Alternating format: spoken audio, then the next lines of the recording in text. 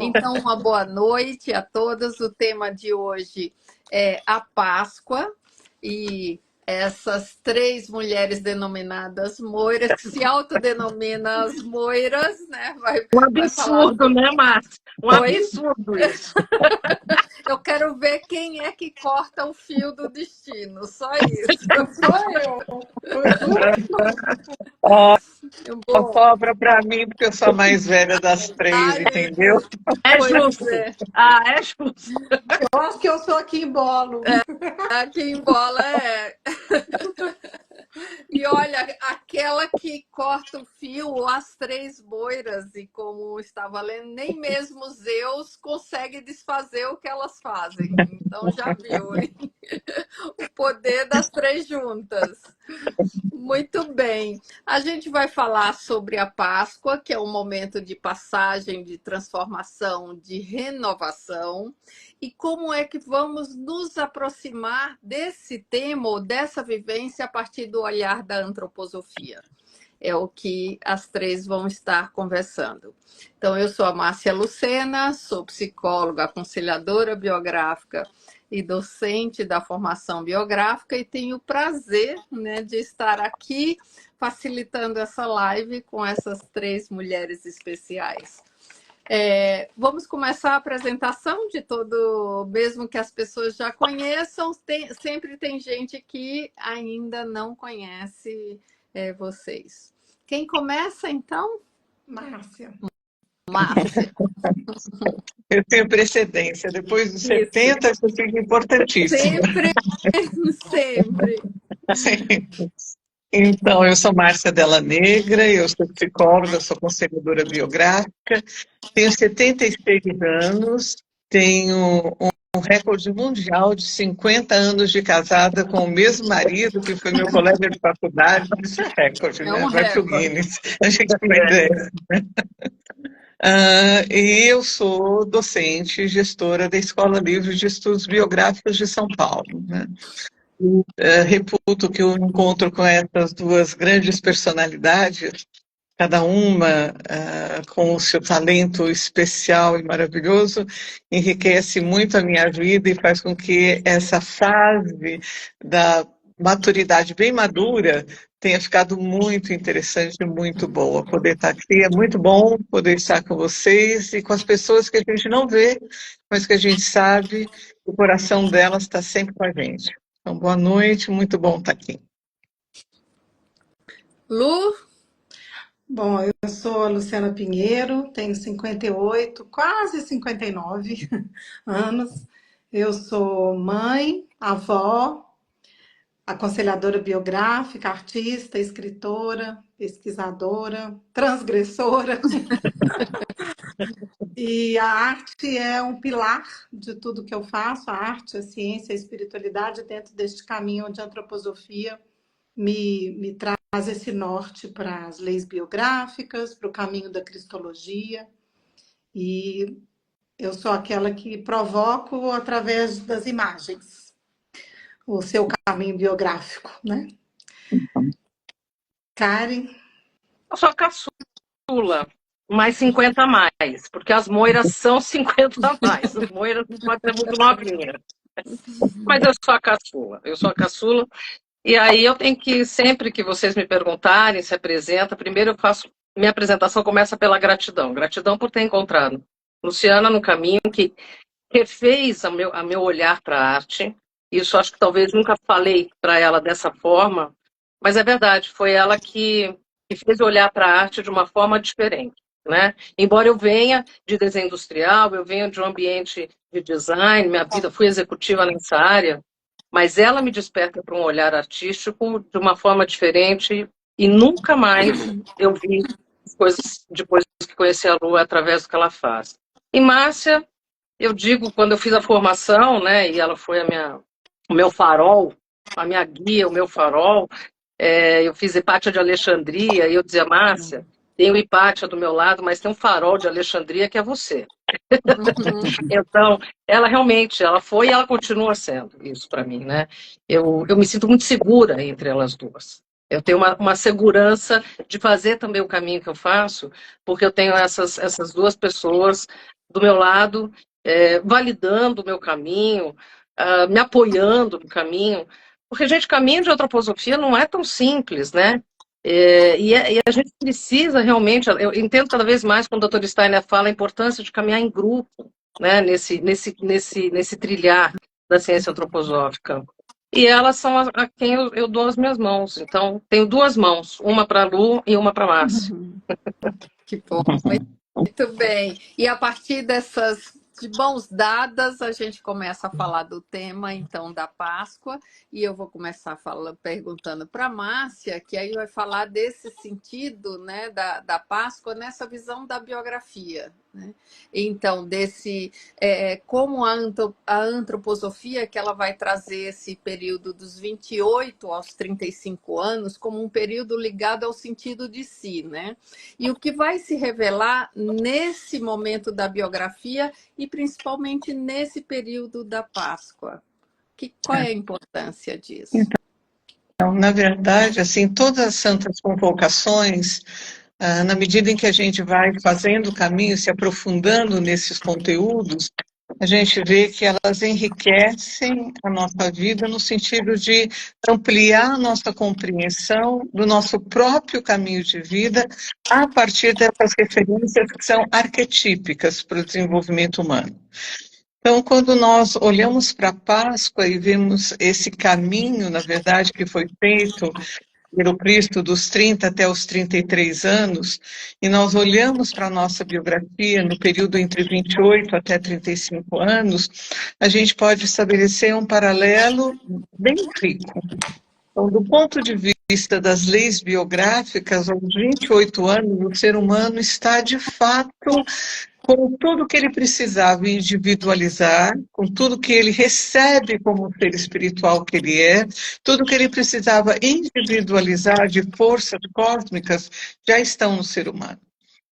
E é nesse período dos 28 anos que a gente vai entrar num estado anímico em que a gente começa a se perguntar, quer dizer, eu construí toda a minha vida até aqui, já tenho uma carreira, tenho ou não relacionamentos, tenho ou não uma família, mas é um momento em que a gente começa a se perguntar, isso basta? Tem algo mais? E o que mais será que teria? Então, tudo que vem do passado que nos sustentou, a partir dos 28 começa a não ser aquele solo tão seguro no qual nós nos apoiávamos até chegar a essa idade. E gradativamente, nesse período que vamos nos aproximando, entre os 30 e os 33 anos, pode surgir essa pergunta fundamental. É assim que eu quero continuar? E quando a gente faz essa pergunta, a gente abre um espaço enorme diante da gente. Para onde eu vou? O que eu vou fazer agora? Mas eu estou feliz na minha profissão, mas não estou tão feliz na minha carreira. Eu estou feliz com algumas coisas, mas tem outras que estão me incomodando, que estão parecendo que já não é mais assim que tem que ser, né? Então, essa pergunta nos leva para um espaço muito amplo. E agora? Para onde eu vou? O que eu vou fazer? É um momento que a gente pode dizer muito semelhante àquilo que Jesus de Nazaré passa quando ele chega aos 30 anos, ele tem que ir ao encontro de João Batista, ele tem que ir ao encontro do Rio Jordão, e ele tem que passar por esse batismo, que no caso tem todo um significado bem profundo, né? Porque é ali que esse ser do Cristo adentra em Jesus de Nazaré. Conosco, a gente vai em busca do quê? Nós vamos em busca do nosso próprio eu, da nossa própria individualidade, daquilo que a gente quer fazer, daquilo que a gente veio fazer. Mas tudo ainda é um mistério, né? Ninguém vai me dizer, esse é o caminho, esse é o lugar, é dessa forma. Sou eu comigo mesmo, sozinho, em busca do meu Rio Jordão. O meu Rio Jordão, quando eu vou ser batizado, ir ao encontro de mim mesmo. Que coisa mais preciosa e mais bonita a gente imaginar que essa fase da vida é desse estado que a gente está. Eu vou em busca de mim mesmo, em busca da minha missão. E nesse período que pode, com os seres humanos, como nós individualizamos tanto, pode não acontecer exatamente ali, mas é a partir desse período da vida que esses impulsos começam a surgir em nós. Esses impulsos começam a falar conosco, como se a gente recebesse um chamado, e a gente então sai em busca de nós mesmos. Em busca de nós mesmos significa encontrar um novo sentido em tudo aquilo que a gente trouxe, conquistou e que está nos sustentando agora, mas que precisa ser renovado, precisa ser modificado. Essa é a imagem que eu vou deixar com vocês, que a Lu e a Karen têm muito ainda para falar. Tem. É apaixonante isso, olhando isso do ponto de vista, né, desse olhar biográfico, né? Mas a Lu vai falar de uma outra imagem muito interessante da Páscoa, que é a cruz. E a cruz é uma imagem central. Então, conta pra gente o que representa a linha horizontal e a linha vertical da cruz. Primeiro eu vou trazer a palavra que a Márcia usou, sentido, né? Quando a gente perde ou precisa de sentido, a primeira coisa que a gente pode imaginar é que a gente precisa dessa orientação. E a bússola é aquela que mostra o norte. Quando a gente está perdido, tem uma bússola que pode nos mostrar, é por ali, né? O nosso norte. A bússola é uma cruz também, né?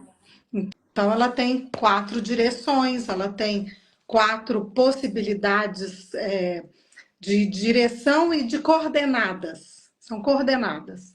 Se a gente pensa na biografia, algumas vezes a gente foi levado pela vida como uma linha horizontal. A gente pode pensar na linha cronológica do nascimento até o momento atual como um fio que é horizontal na nossa vida. Nós estamos muito acostumados a olhar para o tempo de forma linear. Então, essa é a linha horizontal.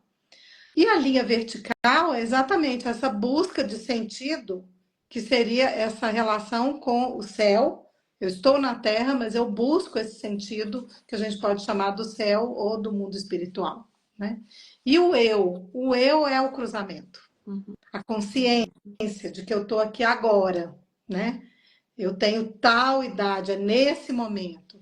E esses marcos, né, que vão acontecendo não só na nossa história individual, são marcos também da humanidade, são marcos civilizatórios, eles vão gerando cruzamentos, né? Quando a gente entra na Semana Santa e quando a gente percebe esse espelho da biografia do Cristo na nossa própria individualidade, a gente pode perceber que todos nós, em algum momento, também encontramos uma cruz e precisamos carregar essa cruz até o Calvário e morrer nela para renascer. Então, o caminho da cruz é uma imagem, é um símbolo, né, que pode nos trazer sempre essa condição, onde eu estou, para onde eu vou, qual é o sentido disso tudo, e trabalharmos essa imagem da cruz na Semana Santa pode ser um indicador de novas coordenadas também, né? Para onde a minha bússola está levando, qual é o sentido que eu quero dar para essa cruz, porque o sentido da vida pode estar envolvendo também esse sentido de um olhar consciente para algumas coisas que eu preciso deixar morrer, que eu preciso suportar, até que a esperança da renovação seja feita a partir do meu caminho vertical. Então, por enquanto, é isso que eu deixo para Karen. Karen, muito bem. A Karen, ela vai falar da ressurreição e da nova ligação entre céu e terra. E essa ressurreição como muito mais que um evento religioso, como uma realidade espiritual. Como que é isso, Karen? É porque a Páscoa, embora que a Márcia traga, eu acho que quem está assistindo, e se for olhar o seu período, né, de 30 a 33 anos críticos que a gente chama, né, ali a gente passa realmente por uma crucificação, ou algo será crucificado, né, para que eu mude completamente a minha visão de mundo. Então esse é o mote, né, é encontrar uma nova visão de mundo a partir dessa morte simbólica, que é exatamente o que a Luciana também traz, quer dizer, é como se nós viéssemos na horizontal e chegou o momento de verticalizar, né? A gente pode também ver dessa forma. Mas a verdadeira a verdade da Páscoa, ela não está no simbolismo da cruz, mas no simbolismo da ressurreição, né? E é morrer sem necessidade da morte.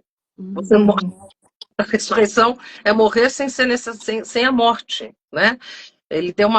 Cristo tem uma fala que, para mim, é uma das coisas mais bonitas, que ele diz: não temam, eu venci o mundo, né? Eu venci a morte. E essa é a sina do ser humano. Então, quando a gente acredita que nós viemos à Terra e que a nossa vida é um calvário, nesse sentido de que nós temos que vencer todos os dias e temos que dar conta das demandas, e que, de repente, morre, né? Isso, na verdade, não é um ser humano. A gente não está falando de ser humano, a gente está falando de um homem terrestre. Mas o ser humano não é apenas homem terrestre, né? O homem terrestre é essa horizontalidade que o traz. Nós somos, na verdade, seres humanos em constante transformação para chegar ao humano ideal. E essa é a nossa verticalidade. A verticalidade se vê na ressurreição, né? Então, que é um tema que a gente não desenvolve muito, né? Então, fica a Sexta-feira da Paixão, fica a imagem do Cristo na cruz. Claro que isso é simbólico, nós reconhecemos animicamente essa imagem, mas o que precisa ser cultivado a partir deste período da Era Moderna, nesse mundo que em torno de nós parece um Gólgota a cada esquina, a gente só vê situações e cruzes e sofrimento, quer dizer, é realmente desenvolver a capacidade da ressurreição. Porque senão a gente tem um mundo que não vale a pena. Eu costumo dizer que, assim, nós vivemos de forma muito lógica até um período da vida, que é justamente esse período que Márcia traz, né? Mas nós não somos a logia, nós somos o logos, que é o que João trazia. O verbo se fez carne, o logos habitou entre nós. Então, um ser humano que caminha pela vida com a lógica, né, precisa dar espaço para o seu logos, que é a verticalidade, e a verticalidade a gente vê na ressurreição, que nada mais é do que renascer, né, morrer em situações verdadeiramente, mas morrer sem a morte. E ter a vontade desse novo mistério, porque a ressurreição entra na escola dos novos mistérios, né? A gente precisa querer esse novo mistério. A ressurreição é a salvação. A salvação não é a cruz. A salvação é a ressurreição, né? Mas é um tema que a gente ainda precisa desenvolver amplamente. E que a antroposofia traz isso como uma pérola a ser desvendada, a ser pesquisada, né?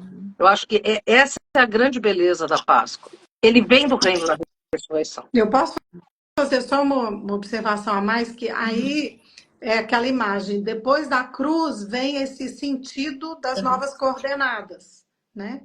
Então a cruz se transforma em bússola, ou ela irradia como esse processo luminoso de que ela não é aquela cruz física mais, mas sou eu aqui agora, consciente do meu caminho terreno e consciente da minha essência espiritual. E aí tem um outro cruzamento, que é esse ser humano de braços abertos, né? Onde essa cruz acontece em mim, mas não como a cruz da crucificação, mas como este ser humano inteiro, íntegro, consciente, né? É isso que eu queria trazer também, para não ficar preso nessa cruz só da crucificação. Ligado ao sofrimento, né? Ao sofrimento e à dor, né? E a morte. Traz né? Isso, e a morte, sim.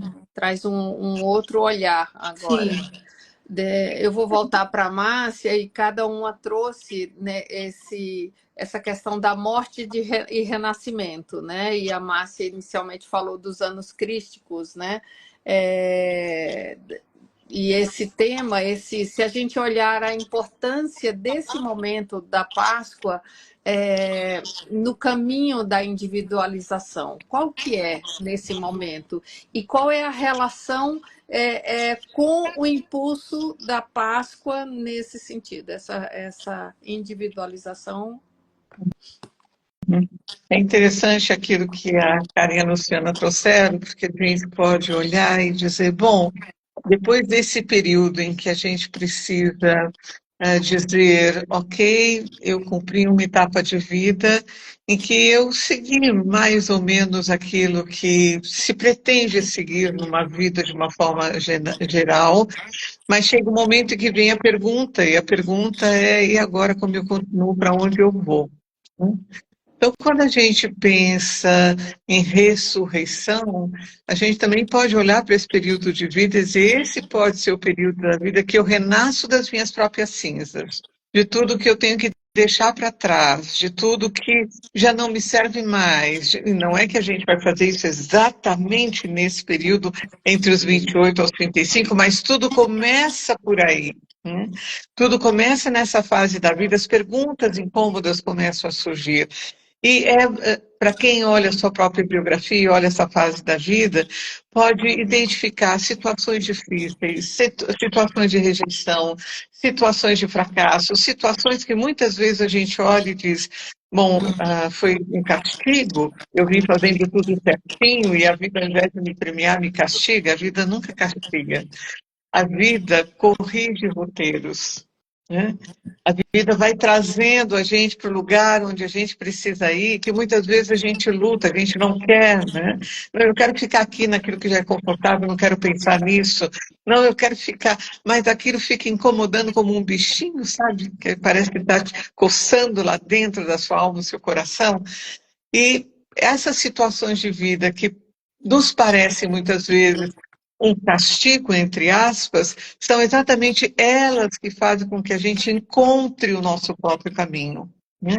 Porque o nosso caminho é único, é particular, é algo que só nós podemos encontrar, ninguém vai encontrar por nós ou para nós.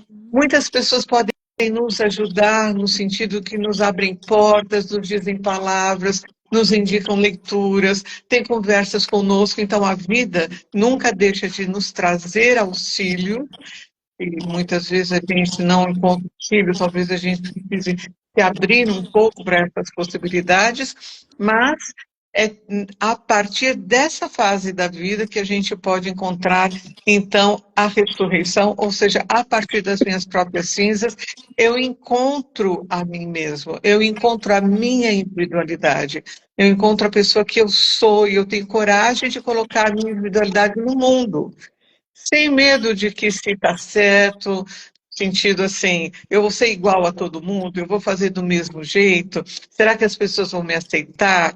Será que as pessoas vão me criticar? Mas é a sua forma pessoal e única. Né? Então, eu fico imaginando, às vezes, né, a gente tem os 5 dedos, na verdade são 10, né? E claro que tem 2 mindinhos, né? Tem 2 de cada um, mas cada um é muito particular. Se você observar o que cada um dos seus dedinhos faz, da mão direita e da mão esquerda, você vai ver que eles se individualizaram, tanto quanto cada um de nós tem que se individualizar, ir em busca de si mesmo, ressurgir das próprias cinzas. Legal. Temos interações, a Fernanda dizendo sim, eu passei, fiquei muito tempo no Calvário, mas com a mão de Maria consegui me reconectar com a espiritualidade e consegui renascer. Primeiro renascimento forte, a outra, eu não sei o nome, tem partilha, né? Mas aos 28 casei e comprei minha casa. Aos 31 tive meu primeiro filho e passei por um puerpério que eu nem sabia que isso existia. Tem também a Cris falando que aos 32 teve a primeira grande crise profissional e a pergunta era: onde foi que me perdi de mim? Muito Que legal. Vão maravilha! interagindo. Essa é uma pergunta maravilhosa para a Pra, gente receber de si mesmo. e para esse período, né? A Meg está dizendo que saudades do meu grupo 8 de antroposofia. Saudades, Márcia. Muito bom a live, gurias. Muito bem. Eu posso trazer algo que eu acho que foi dito aí na partilha, e que eu acho que o fio condutor do que eu acredito que essa semana sagrada também seja para mim tão sagrada, tem a ver com esse feminino, né? Ela falou, graças a Maria, né? Sim. E a gente está muito acostumada a olhar para a Semana Sagrada, Semana Santa, né, que eu chamo de sagrada, muito pelo olhar do masculino, pelas histórias daqueles que estiveram ao lado do Cristo, como os apóstolos, né? Os sacerdotes, o Pilatos, né? Todos estes. E algumas vezes aparece Madalena na quarta, aparecem as mulheres ao pé da cruz e a testemunha da ressurreição de novo, Madalena no domingo. Mas essa é uma pesquisa minha também, onde estava esse feminino desde o domingo de Ramos. De novo, a gente entra nesse caminho biográfico e quando eu escuto e escuto o que você lê aí, né, sobre as partilhas, a gente vê que são mulheres compartilhando, né? Porque, na verdade, o caminho biográfico, ele pega todo mundo, ninguém escapa, né? Essa cruz que acontece nessa fase, que Márcia traz de 28 a 35, mesmo que inconscientemente, alguém vai, em algum momento, tomar consciência de que ali foi um momento de morte e ressurreição, né? Mas essa força que a gente adquire ali também, ela também tem uma relação com a integração desse feminino e masculino que está em nós. Quando a gente faz essa pergunta, quando eu me perdi de mim, né? Ou para onde eu quero ir, a gente também tem que olhar para essa dualidade em nós, o que está faltando, ou que parte minha está sendo, de alguma forma, projetada fora, mas que está dentro de mim também. Então, pode ser uma projeção com uma relação, ou com uma idealização com o outro, né? Então, eu acho importante também a gente trazer esse caminho de novo da imagem da cruz como aquele marco biográfico. Aquele momento em que no fio do destino vem aquele raio, né? E cruza o meu destino e como um impacto que vem de fora, mas que me provoca, porque muitas vezes o destino vem ao nosso encontro, né? Muitas vezes eu sou levada pelo destino, mas depois dos 28 anos isso se desprende de trás do passado, ou deveria se desprender, e o que vem ao nosso encontro vem do futuro, para que a gente encontre, de fato, o nosso rumo autêntico, né? E esse caminho da autenticidade, ele envolve a crise, o conflito, o encontro com a sombra, com os nossos traidores, com os nossos Judas, né?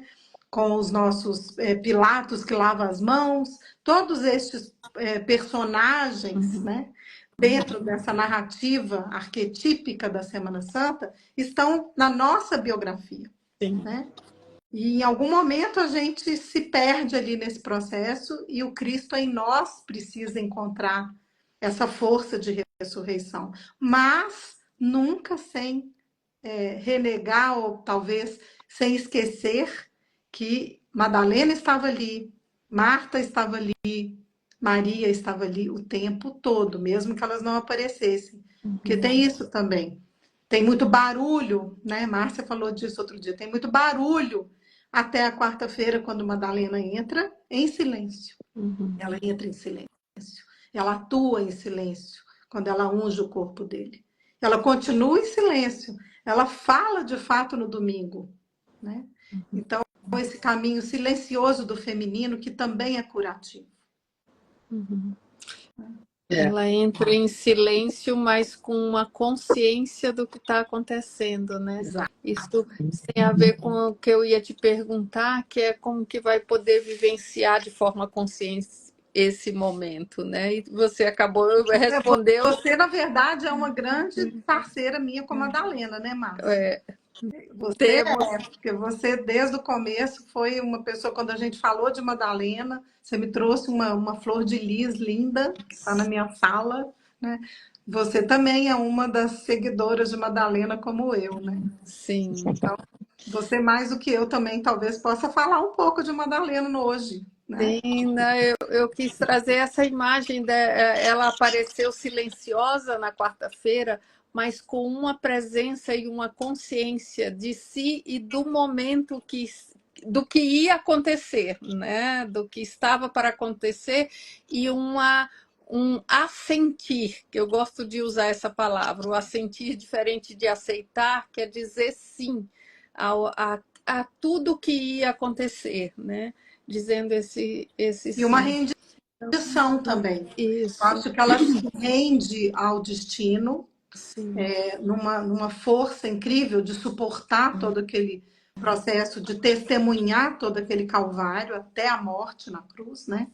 Então, ela e as outras mulheres têm essa qualidade também. Nós, como mulheres, a gente tem essa qualidade anímica de suportar o sofrimento, e os homens têm uma força física, né, de suportar o sofrimento.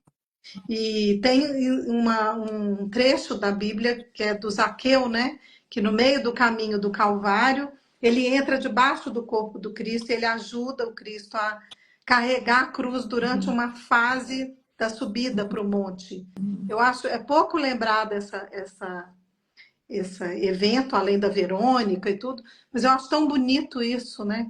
Ele não pôde carregar a cruz para ele, mas ele entrou dentro ali daquele processo, quase que como suportando com ele isso. E se a gente olha na nossa biografia, também seria interessante pensar quando alguém, de alguma forma, ele não podia carregar a cruz por mim, mas ele me ajudou a caminhar um pouco para suportar isso, né? Isso. Karen, como é que a gente pode cultivar essa abertura, né, para essa força que tem esse momento da Páscoa para o nosso cotidiano, mesmo diante dos desafios, né, da vida? E tem aqui a Sil falando que podemos entender como destino. Então, já deixo aqui essa pergunta dela. Eu queria só trazer um adendo nisso que está sendo dito, que é assim, encontrar com a morte sem morrer, né? Mas entre a morte e a ressurreição houve o recolhimento. E isso é uma coisa que no mundo atual também nós não somos convidados nem educados. Então, sempre que a gente passa por situações verdadeiramente difíceis, isso a gente precisa conscientizar, ter uma presença de espírito para olhar para esse arquétipo, porque não são as coisas chatinhas que frustram a gente, que é um calvário, que é uma crucificação. O que Márcia traz, o que Lu traz, são aqueles pontos significativos mesmo, que a gente perde o chão. Né? Tanto é que no dia teve um terremoto, o templo, as cortinas se rasgaram, então a gente vê a magnitude do fato. Então, também, né, ter esse olhar, discernir o que é algo que faz parte, que eu mesmo criei, e de repente agora eu vou ter que dar conta disso, ou algo do próprio destino que se impõe, que aí vai rasgar as cortinas do meu templo, vai ter um terremoto na minha biografia. Então, isto é essa imagem. Mas uma vez que a gente vivencia isso, é o sábado, né? Eu tenho um sábado no meu, eu tenho um recolhimento. Eu tenho que lamber minhas feridas, né? E aí depois é que a gente vai ter a ressurreição. Então, acho que é importante ter este processo que é mostrado, né? Não é simplesmente morrer e ressurgir. Tem um tempo de recolhimento, cada um vai ter o seu, dependendo da situação. Agora, quando essa pessoa surge, quando a ressurreição se dá, ela não é mais a mesma. Então, nessa questão do destino, eu entendo que, assim, cada vez mais o eu terreno, o ego menor, vai dando espaço para aquele eu superior, para o eu maior, que é o guardião da minha missão, que é o guardião do meu destino. Então, sem a morte do pequeno, o grande não se apresenta.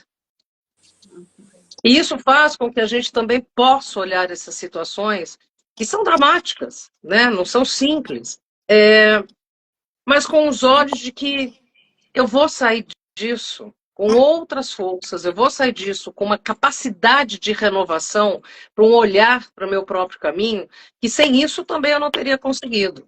Então, todas as vezes que ocorrem essas situações, a gente está unificando a biografia, né? É como se nós estivéssemos realmente... É um paradoxo, eu sempre trago isso também, assim como você, eu tenho palavras que eu gosto, sabe? Como é paradoxal, a verdade é paradoxal, porque à medida em que eu estou fragmentando, coisas estão caindo, ao mesmo tempo a unidade vai surgindo, vai ficando mais amplo, né? Há uma unidade nessa biografia. A somatória que vai surgindo é que diz qual será o meu destino. Então, sem a morte do menor, não há renascimento do maior. Eu acho que se a gente meditar sobre isso, talvez a gente encare essas situações com mais coragem. Através do deserto, né? Uma coisa que eu queria acrescentar, mas em função daquilo que a Karen e a Lu trouxeram, é que existe um período da vida que vai dos 14 até mais ou menos os 35 anos, em que a gente basicamente é carregado, né, pelos encontros, pelas pessoas que a gente vai encontrando no meio do nosso caminho, né?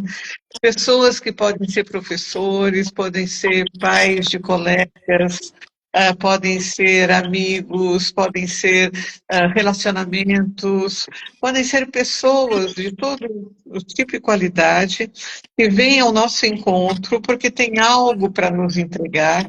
Nem sempre o que as pessoas têm para nos entregar é bonito, maravilhoso, um presente maravilhoso, mas às vezes nos trazem algo que faz com que a gente tome consciência um pouco de quem a gente é, ou do que a gente está fazendo. E isso também me remete àquilo que é tão magnífico dentro de toda essa semana, que são esses 12 apóstolos que caminham junto com Cristo. Ele não teria feito tudo o que ele fez, embora o poder dele fosse muito mais amplo do que qualquer outra individualidade, se ele não estivesse junto a essas 12 pessoas, né? Com todos os seus defeitos, com todas as suas dificuldades, que as pessoas que vão aparecer diante de nós não são perfeitas, né? E as coisas que elas nos falam, às vezes elas nem lembram mais do que nos falaram, mas para nós foi a palavra fundamental, foi aquilo que a gente precisava. Então, essa imagem desses 12 apóstolos que caminham com ele e que vão se modificando ao longo do período, mas só se modificam mesmo quando eles passam a entender o que foi que aconteceu. Então, há um momento na nossa biografia que todos esses que caminharam com a gente, né, desde sempre, chega um momento em que a gente é capaz, na maturidade, de amá-los. Então, a gente pode dizer assim, e eu lembro de um diálogo que eu vi entre mãe e filhos, que a mãe diz para o filho diz para a mãe, mas eu não te amo, porque a mãe não queria que ele fizesse alguma coisa. E o filho diz, e a mãe diz para o filho, mas eu não preciso que você me ame, porque amar é algo que a gente só conquista na maturidade. Amar não é uma coisa para um jovem, amar é para quem já adquiriu um grau de consciência e de liberdade, pode reconhecer todas as pessoas que caminharam junto, nem sempre de forma agradável, nem sempre de forma boa, mas que cumpriram a missão conosco. E todos esses apóstolos, eles cumpriram a missão deles, fracassaram, né, como seres humanos, mas entregaram ao longo da sua trajetória muitas coisas que frutificam em nós, né? Todos os evangelhos conhecidos e aqueles que são apócrifos, mas agora são cada vez mais reconhecidos, são os grandes presentes que eles nos deixaram. Queria só complementar com isso. Muito bom. Tá aqui a Cris, que lindo, Márcia, é maravilhoso mesmo. Eu ouvi, A pergunta né? que foi feita não foi respondida. O que é o destino? O que é o destino? Marta, É o destino? É. Posso dar só um pitaquinho? Não, claro. Afinal, são as 3 Moiras que estão aqui. Assim, para as Moiras responder nessa altura, a gente precisaria de uma semana de live. De uma live novelo só com inteiro esse tema. De um tempo mitológico. Mas é só entender o seguinte, assim, o que eu gostaria de trazer é assim, destino se passa na Terra, fora da Terra chama-se sina. Da mesma forma como na Terra nós tomamos a vida, fora da Terra é existência. Então, cumpre-se na Terra algo que assina vinculado à eternidade, à existência, né? Onde Cristo e Pai são unos. Então, descemos a Terra e vamos configurar esse plano divino. E nós chamamos isso de destino terrestre. O destino terrestre é uma tarefa que nós temos de executar, uma tarefa que foi acordada entre nós e deuses, lembrando que seres humanos são pontífices entre 2 mundos, nós somos interlocutores, né, de reinos inferiores e reinos superiores, estamos nós aqui mediando essa realidade, Mas que nós nos apresentamos para uma tarefa. Esta tarefa, na Terra, nós chamamos de destino. Então, algo que precisa ser entregue por nós. E como Márcia falou, como seres humanos, nós vamos falhar na tarefa. Vamos falhar. Mas os deuses colocaram diante de nós algo chamado karma, né? E nos dá a possibilidade de, num próximo retorno, num novo destino, eu ajustar aquilo que as imperfeições que eu não consegui. Mas vamos falhar de novo? Ah, certamente. Né? Então, a gente sabe, essa é a sinfonia da vida do destino terrestre. Até chegar um ponto em que isso não será necessário e a gente vai dar um salto na evolução. E aí a cosmogênese explica. Mas é só a entender que destino é algo vinculado à Terra e que o ser humano não é um ser absolutamente terrestre. Ele tem a sua porção terrestre. Mas nós temos que começar, assim como a ressurreição, precisa ser algo para nós meditarmos, também olhar do ponto da existência, do ponto da sina, né, de uma obra humana que precisa se configurar no cosmos. A gente precisa ligar, vincular esses mundos. Porque senão, de novo, né, a gente está olhando uma face só da moeda. Temos que nos saber deuses, como diz Rudolf Steiner, como dizia o Cristo. Vós sois deuses. Muito bom. Quer complementar, Márcia ou Luciana, essa resposta sobre o destino? Márcia, pode complementar. Não, eu acho que a Karen colocou com uma qualidade maravilhosa. Não tenho o que completar. Tá amarradinho, muito bem colocado. Não, porque eu estou preocupadíssima da gente não ligar céu e terra. Eu ando preocupada. Ligar céu e terra não é mandar foguete, não é NASA. Não, ligar céu e terra é a iniciação do Cristo.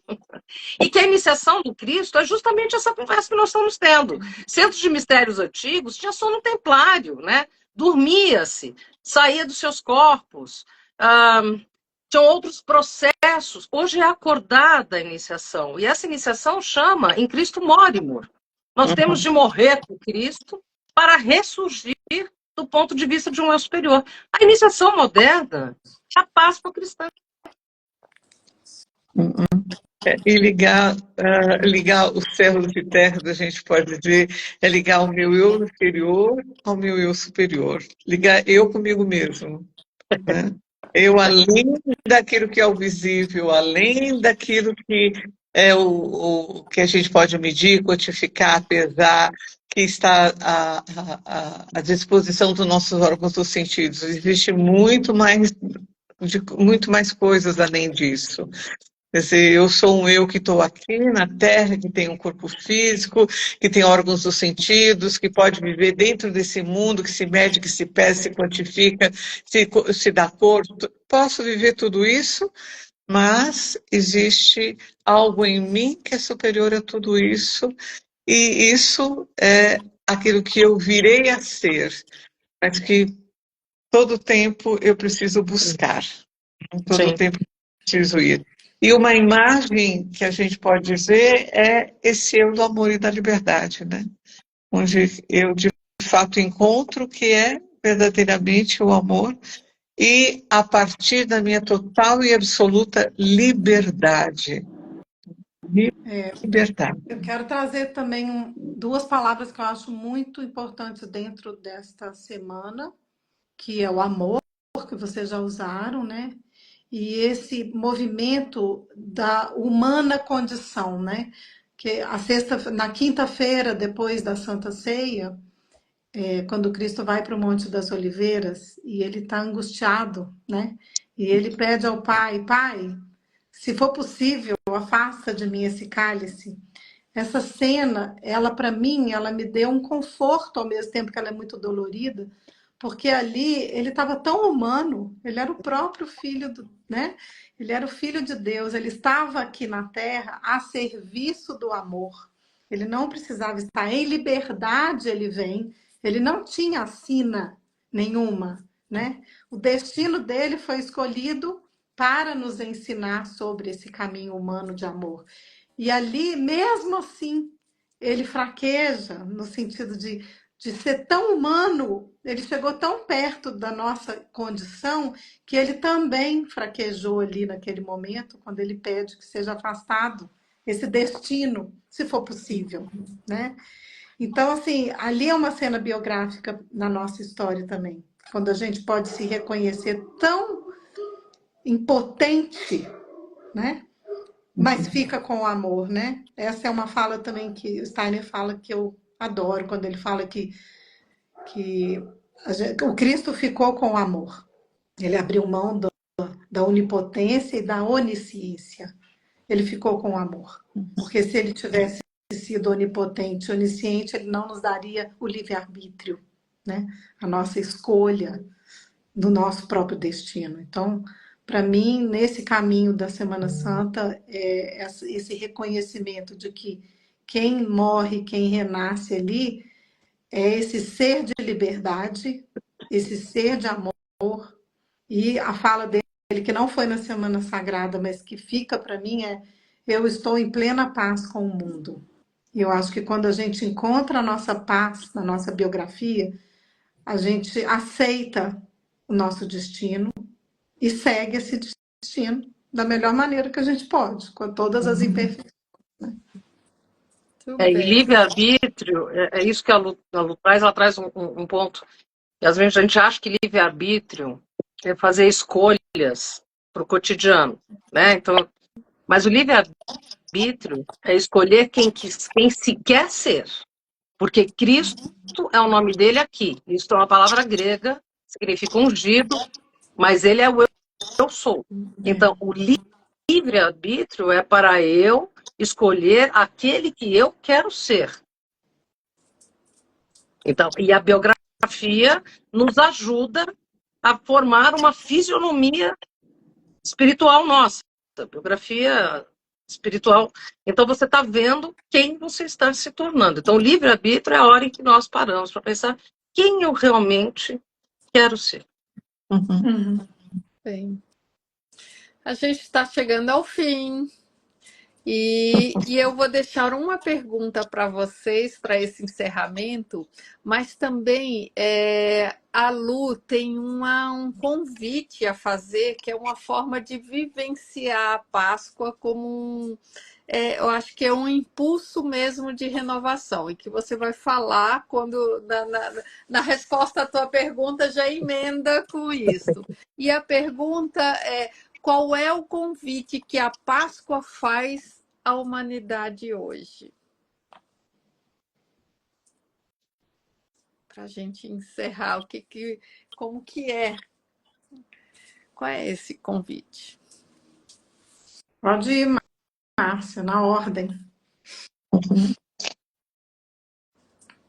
O convite, acho que começa na segunda parte da semana. Interiorize, cale-se, aprenda a ouvir aquilo que fala em você, a partir de você. Então, não lute contra aquilo que surge em você como uma expressão da sua própria individualidade. Aprenda a olhar para isso, aprenda a respeitar isso. E uma outra coisa que eu diria é: nós temos diante de nós uma imagem de uma individualidade que nós reconhecemos como Cristo, que é o que nós poderemos vir a ser em direção ao futuro. E eu acho que se a gente tem algo que no futuro já pode nos mobilizar, isso nos dá uma segurança e uma força para a gente enfrentar todas as situações adversas da vida. Porque situações adversas virão em todos os sentidos, né? E virão quando a gente menos esperar. Mas se a gente tem uma imagem alimentadora, não é nem orientadora, uma imagem alimentadora, que diz que nós podemos ressuscitar a partir de nós mesmos, isso pode nos dar um sustento para uma vida inteira. Então, aprendam a ouvir a si mesmo, a escutar a voz que quer falar com você. E a olhar para essa imagem desse ser que ressuscita, como imagem que pode nos alimentar para a nossa própria ressurreição a cada dia, renascer a cada dia, tentar mudar a cada dia. Obrigada. Bom, Sim. posso ir? Sim. Para mim, num sentido complementar e não oponente ao que todas estamos trazendo de olhar para nós e nos conscientizarmos, um dos maiores aprendizados para mim desta semana, como um arquétipo, é essa capacidade de doação, de sacrifício. E esses exemplos a gente tem bastante durante essa semana. Os sacrifícios que cada um deles foi fazendo, principalmente o próprio Cristo, mas não só ele, né? Cada um que estava ali dentro dessa narrativa foi criando narrativas de sacro-ofícios, mesmo nas imperfeições, né? O próprio Judas também, né? Quando Cristo diz, vai e faz o que você tem que fazer, né? Ele tinha uma tarefa. Então, para mim, fica muito esse caminho do sacrifício, o sacro ofício que cada um carregou ali, mas que se transformou em pão e vinho, né? Que se transformou em nutrição espiritual, quando esse sangue jorra para a terra, que se transformou em esperança da ressurreição. Eu acho que o mundo está carecendo disso hoje. Um olhar radial para as dores do outro, para essa compaixão que é necessária para tanto sofrimento. Existem tantos crucificados, né? Em nosso mundo hoje. E onde está essa Madalena? Onde está esse João, o jovem João, né? Onde está essa Maria, mãe, que carregou o corpo do filho depois da cruz? Onde estão todos estes que suportaram a dor e o sofrimento e testemunharam essa ressurreição? Porque essa imagem pode ser uma imagem de grande força do norte dessa bússola para o sentido da existência hoje. A gente vira pão, né? Ser pão para o outro. É isso que eu deixo. E aí, falando rapidamente, eu ofereço uma jornada de domingo de Ramos a domingo de Páscoa, que se chama Pétalas do Caminho, que é um caminho através do olhar, não só do masculino, mas do feminino, onde eu trago, através da arte, um caminho de contemplação e de reflexões biográficas para cada dia da semana. No meu Instagram, vocês podem ver as informações sobre isso. Muito obrigada.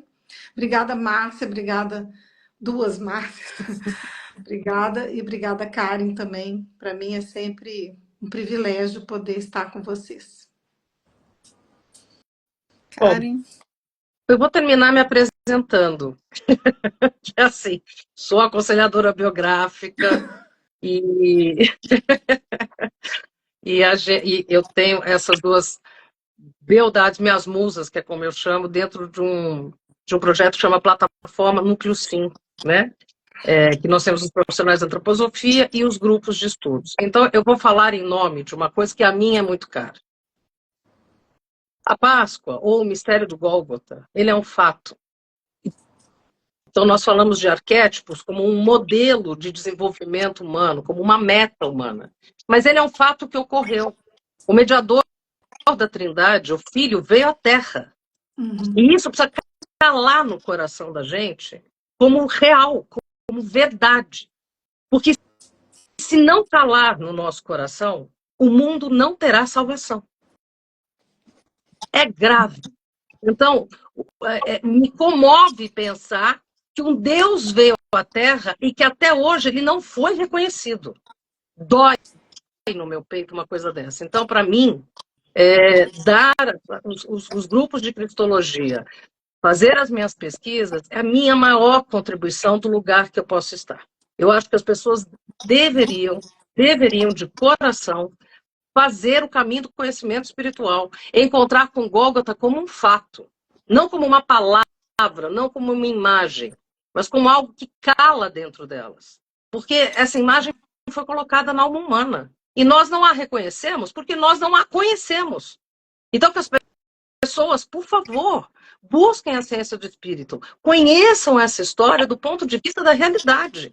Caso contrário, não há salvação, porque ele é a salvação. Ele é a verdade. E não de uma forma emotiva, não porque nós... Não, porque existe um acordo entre deuses, né? Eu e o Pai somos um. Ele E não religiosa também, né? Não é religiosa também. não é religioso, não estamos falando de dogmas, estamos falando de uma compreensão de um fato histórico universal. Exato. Enquanto as pessoas não considerarem este fato deste ponto de vista, nós podemos romancear a respeito e nos perdemos num nirvana e dissolver no universo, ou nós podemos simplesmente falar, essa vida não vale a pena, ai, graças a Deus, daqui a pouco eu vou sair desse lugar, e morrer por aqui. Quando, na verdade, tudo que ele fez foi salvaguardar a evolução de todos nós. Então, dói no coração quando as pessoas não o reconhecem, porque não o conhecem. Então, eu acho que a Páscoa, né, e que essas lives e que essas conversas possam levar as pessoas ao conhecimento dos fatos, para que reconheçam nas festas cristãs o que são as santas convocações. Nossos nomes estão no livro da vida. Fomos convocados. Para que eu ouça a convocação, eu preciso saber do que se trata, eu preciso me situar na história do mundo. Sem conhecimento, isso não é possível. Muito bem. Gratidão. Diferente das outras lives, fica para mim assim um silêncio interno, sabe? Do peso da fala de cada um. Peso não no sentido de pesado, mas da profundidade do que foi colocado aqui, do que foi chamado, né, a cada um para olhar para a sua biografia, para essa cruz que liga o céu e a terra, né, para esse lugar da Páscoa como um momento de acorda, né? Acorda para a vida, né? Então, para mim, fica esse silêncio aqui de ouvi-las, né? E uma gratidão também de estar aqui, de estar presente, estar junto com vocês. Então, muito obrigada. Obrigado. Muito obrigada a todos que nos assistiram e tenham uma boa noite e até a próxima Santa Convocação. Isso aí. Obrigada. Um abraço. Karen, Lu. Gente, Boa beijo. Páscoa. Márcia Luciana, obrigada. Meninas que Boa estão Páscoa. assistindo, boa Páscoa. Obrigada, boa Páscoa a Tchau, todos. Márcia. Tchau, gente. Tchau.